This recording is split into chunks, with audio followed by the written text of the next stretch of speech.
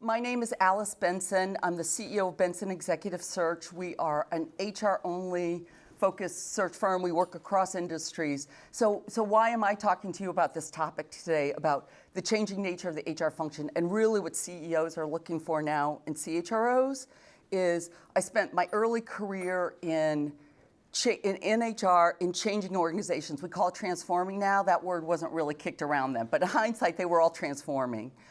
I've been in executive search over 20 years, and for the last 10 or so, I've focused on HR only. So it gives us, Bob, my other colleagues, myself, a broad view of the market, kind of what's happening. And because I've been doing this, well, we won't say for so long, but for a while, you really, I am in the luxurious position of seeing how it's morphed and changed over time. So we're going to talk about just the evolving HR function, because when we step back and look at it, it's pretty substantial what's happened, and the rate of change that's needed from the HR function has only accelerated, just like our economy, and we're going to talk a lot about that. So what are some of the current workforce dynamics and the impact on HR? And some are obvious, and there are some that it's funny, the pandemic, dare I say, I'm sorry I brought up hybrid already, you guys, but the hybrid and the pandemic have overshadowed some other things that are happening in our workforce that we as HR people, if we're proactive like we need to be, need to also be in front of and planning for. And what we're hearing from CEOs about really what they want from HR now. And then how do you develop your careers to meet those expectations? And we're going to talk about not just, it's focused on CEOs, but that's a metaphor for what organizations are looking for from the function. So I think, like I mentioned, I think it's really important to get a little historical perspective. So HR really started in the late 1800s when factories were becoming a thing and what became known as welfare secretaries, which were mostly women trying to protect children working in these particularly harsh conditions. So that's the beginning. Then we trot into the 20s. We're in the full industrial revolution. It's mostly factories now, a lot of large factories, right? We moved off of the farms a bit, big factories. And interesting, there was a study done, I don't know if anybody's heard the Hawthorne studies. Has anybody heard of those? So in the 20s, there was a belief that if we increase pay, that will make employees more satisfied, really the word productivity is the word, really productive. Fascinating, these Hawthorne studies were in a bunch of what was then called Western Electric factories. And what they discovered was, in fact, what drove productivity was managers' engagement with their employees. Even in the 20s, they were having aha. That was the very beginning of thinking about organizational dynamics and team building. So we'll come back to that. So then we move post-World War II, 1945, personnel managers. You may not remember, but pre-World War II, companies didn't offer a lot of benefits. So this function became passive, benefits, very much risk mitigation. Then we move into the 70s, and that's the beginning of thinking about organizational development. Remember Kaizen? Does people remember that? It's a precursor to a lot of what we use now today. And it was the beginning of the idea of a high-performance organizational model. A lot of team orientation, et cetera. And then we've moved from trotting, you'll notice, Bonnie, who's a writer, to galloping to where we are today. And the changing dynamics, and this is not, I was talking about this pre-pandemic, and I'll talk about more in the next slide, but the changing dynamics of our economy and becoming a service economy, and then you add to that the pandemic and all that entails, and the reality is we're all dealing with it today, and it's not going away. Who's figured out the ultimate hybrid model, right? Yeah, okay. And what satisfies the CEO and employees. Anybody got that one down? Yeah. But that's really when we started, that's the move from personnel to human resources. The changing workforce. And again, remember I said some of this we've forgotten. So first of all, the reality is we are in the fourth industrial revolution. We have fundamentally, two things. We have fundamentally moved to a service economy. Yes, of course, there's still non-exempt employees in manufacturers, but less. Now there's robots in the factory, and you got to teach someone to program those robots or fix them. So we have moved more into an economy of DNA and IQ points. So measuring those widgets can't really do anymore. So how do you measure productivity? And how do you think about it very differently? So how do you drive, as a wise CPO once said to me, by the way, I use CPO and CHRO interchangeably. So, doesn't mean anything. And if someone has a good definition of the distinction, please let me know, because I haven't figured it out yet. But if you think about, a wise CPO once said to me, employee engagement is that delta between people showing up and giving it all. And this is where the magic happens. This is where productivity, innovation, creativity happen. And we need that more than ever, because one of the other changing dynamics in our workforce, and this is global, is it's kind of transform or perish. And I don't care if you're Google or Thermo Fisher or the pizza place on the corner. Not only a pizza place, you have to have a website where people can order, but you got to add kale salad to your pepperoni pizzas, right? You got to keep, it's change or die. So that sounded harsh, change or perish. So there are just an enormous amount of dynamics that are happening. And we kind of lost sight of the gig worker. Remember how we were all talking about this in January of 2020?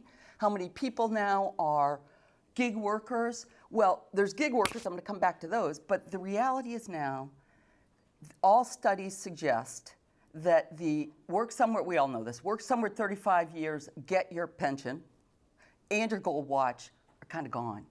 The expectation is now that an employee entering the workforce now will have 10 to 15 jobs in their lifetime.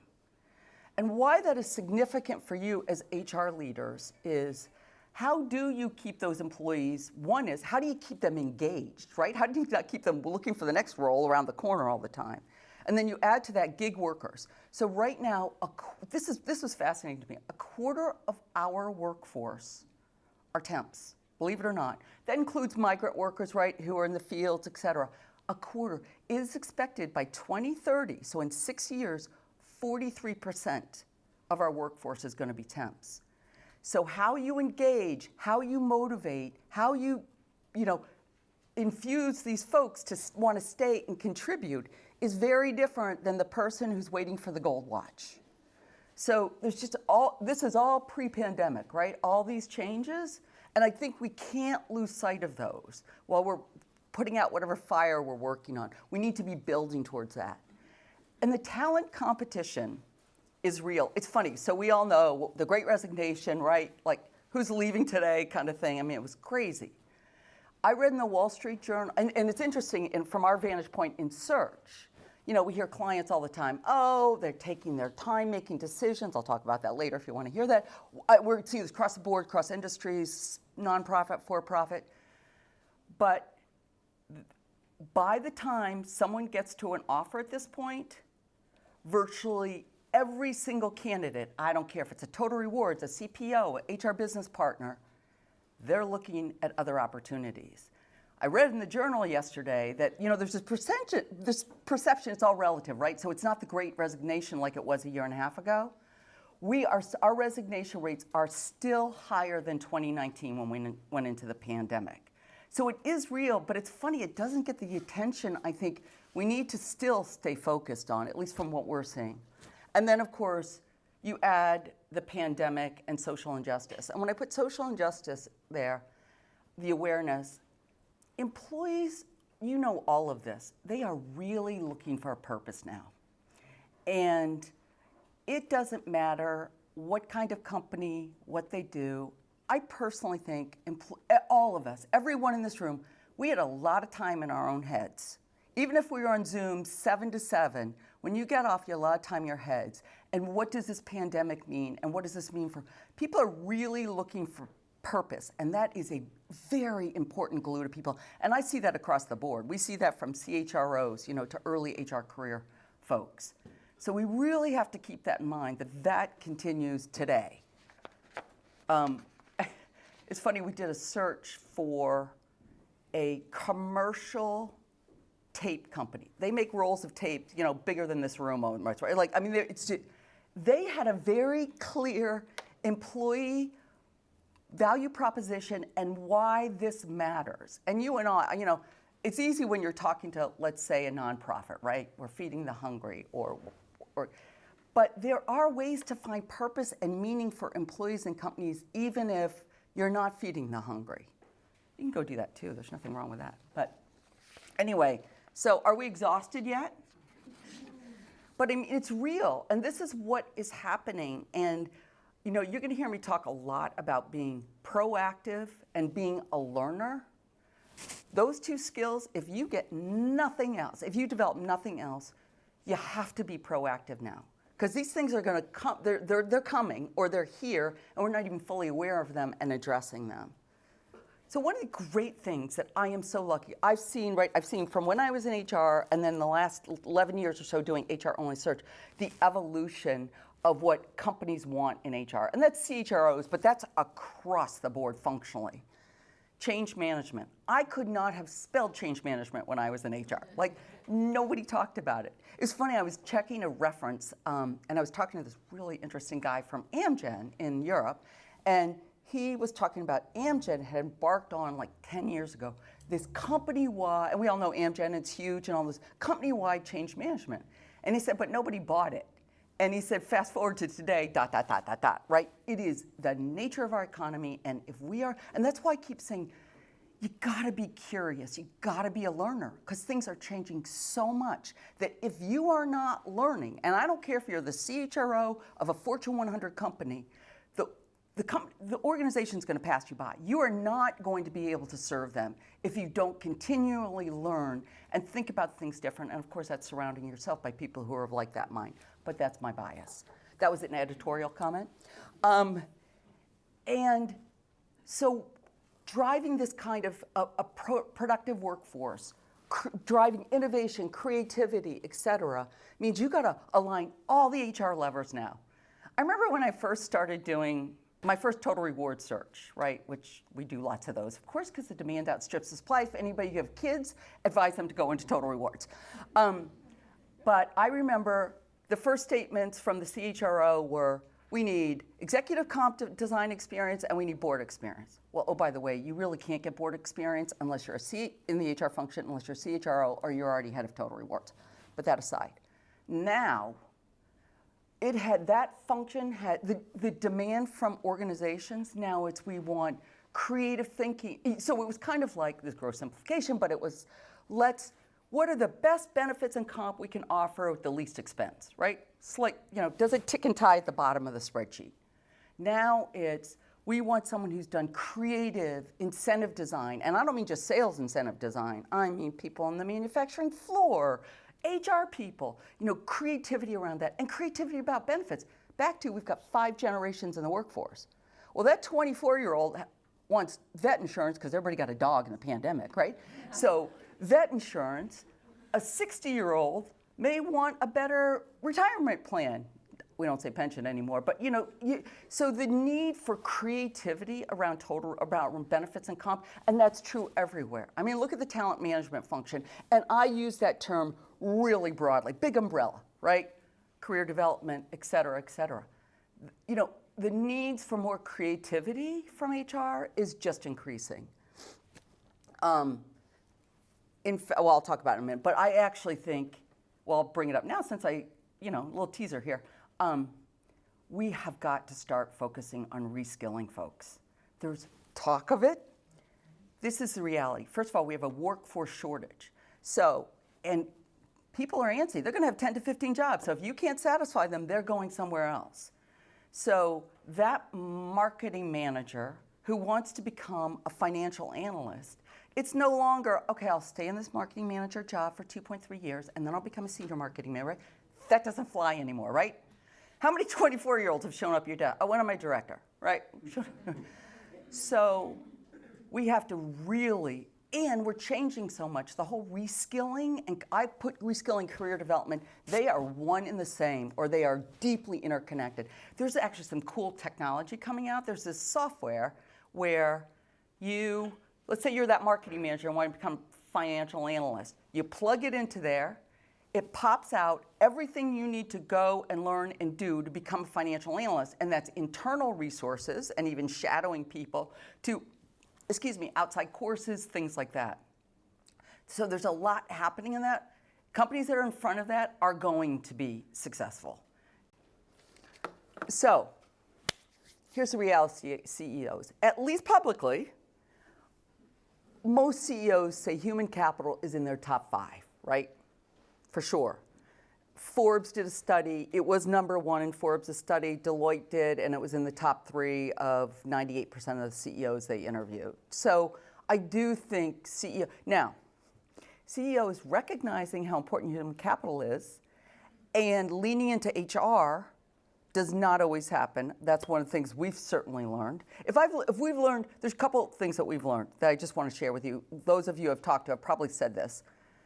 The perception of a company from the outside, whether it's their products, their service, or even their cultural reputation, do not necessarily have any correlation with the role that HR is allowed to play. And the inverse is true too. There are companies that we have never heard of where there's incredible work to do. I remember at one point 6 months ago, we were doing a CHRO search for an insurance company, a global hip software company, and an iconic CPG company. And with the exception of a sentence or two that were always, it would be nice to have someone out of our industry, not required, they all wanted the same thing.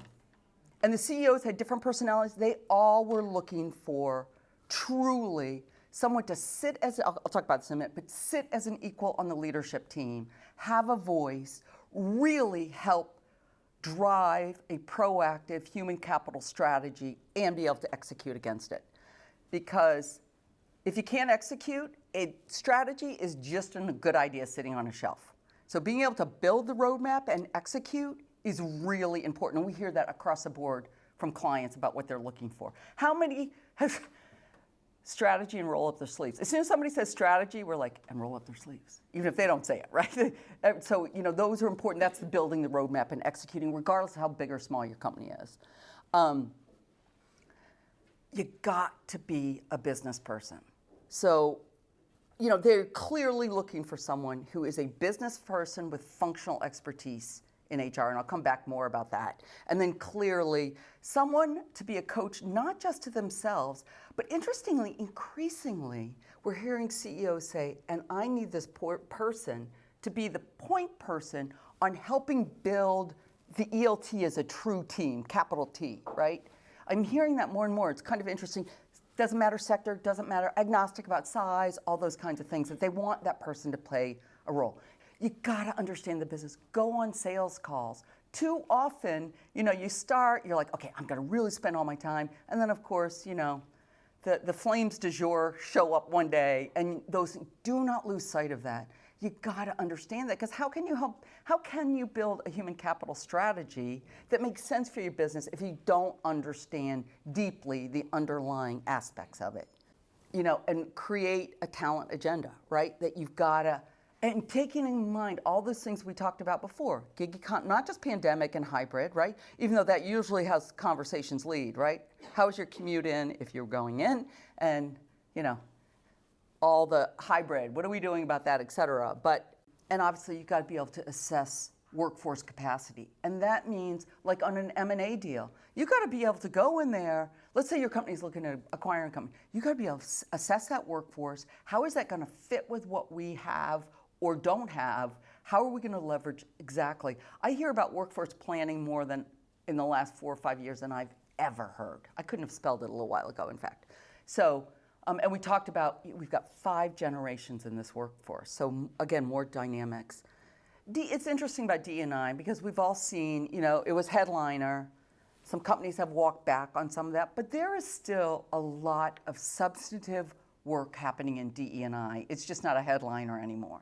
So that's real, and we all know those are long-term. There's not a lot of quick fixes on that topic. And I would put AI now in the category of we have to be thinking about. No one has, who has the answer to AI in HR, right? I mean, nobody has the answer, but you got to, and I have to say, I was okay, we're just going to wait and see what happens in my business, in the search business.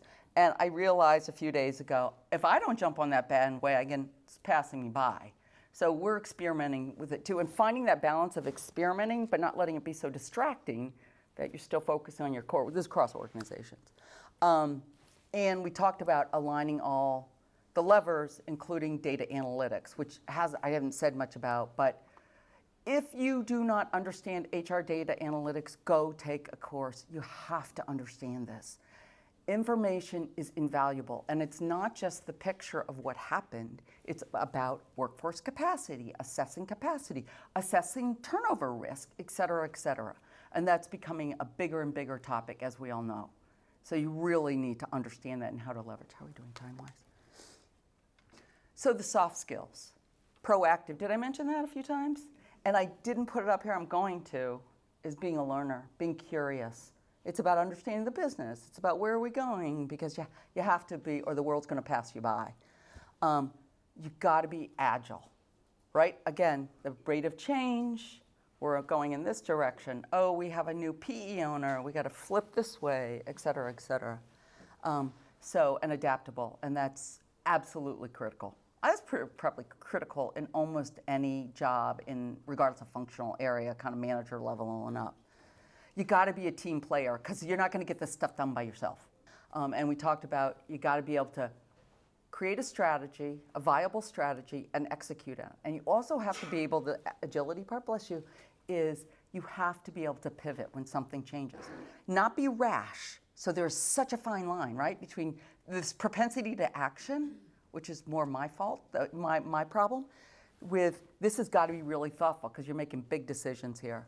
So having a global mindset, so if you have not had a global role, get yourself on a project, go learn something about it, because it's also just really interesting about how do we lead people in France versus how do we lead people in Japan versus the US. Hey, in the US it varies a little bit, New England to Southern California. Believe me, we have 3 Southern California clients right now. Trust me on that one. And you've got to have executive presence. And by that, I'm not talking about how you dress. I mean, that matters, but that's not really what matters. You've got to have confidence without arrogance. You've got to come across as credible. You're building credibility or hurting it every time when you're speaking at the ELT meeting. I don't mean to put pressure on you like, oh. And this is true of business partners, right? This is your business partner for a team. You've got to have, and part of that is being informed and understanding the business, that you can speak with confidence about things that matter in that room. So experiences, we talked about organizational design. We did talk about change management, but organizational design, again, this is because orgs are changing so much. When I started doing HR search 11 years ago or so, I rarely heard that word, except for in an OD role. Now we hear it everywhere. Maybe not total rewards, but some affiliation with companies that have gone through a lot of organizational change. But how do you advise your business leaders, whether you're the CHRO or business partner or in talent management, about how to structure this changing organization? Culture building. I mean, we talked about this is an economy of DNA and IQ points now. Boy, you better have a culture that keeps them. Because even if they're showing up, they may not be giving it all. Transformations, as I mentioned. Exposure to compensation. And if you're in a CHRO role, if you haven't done exec comp design, and most people, let's be real, most first-time CHROs haven't, you need to know who to call, right? Who can I go, instantly get some expertise, advice, et cetera. Again, analytics, I can't stress that enough. M&A experience, I think with every search we've had, as I mentioned in the last few years, M&A experience is highly, highly, highly desired. Doesn't matter functional area of HR, et cetera.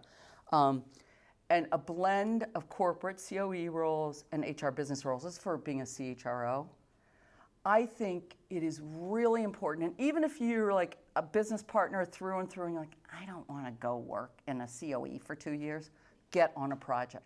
Because how you build something across the enterprise and execute it is very different in a lot of ways than being an HR business partner.